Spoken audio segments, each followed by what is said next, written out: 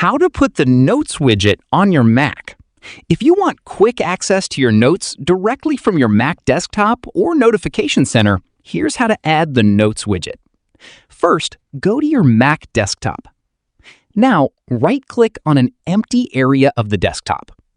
From the menu, select Edit Widgets. A widget gallery will appear. Use the search bar and type Notes. Find the Notes widget and choose the size you want.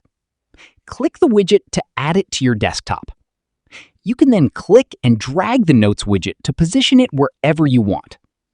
If you want to remove or change the widget later, right-click it and select the available editing or removal option. You can also add other widgets from the same Edit Widgets menu. And that's it. This is how you can put the Notes widget on your Mac desktop for quick access to your notes. If this tutorial helped you out, make sure to like the video and subscribe for more helpful Mac tutorials. And I'll see you in the next one.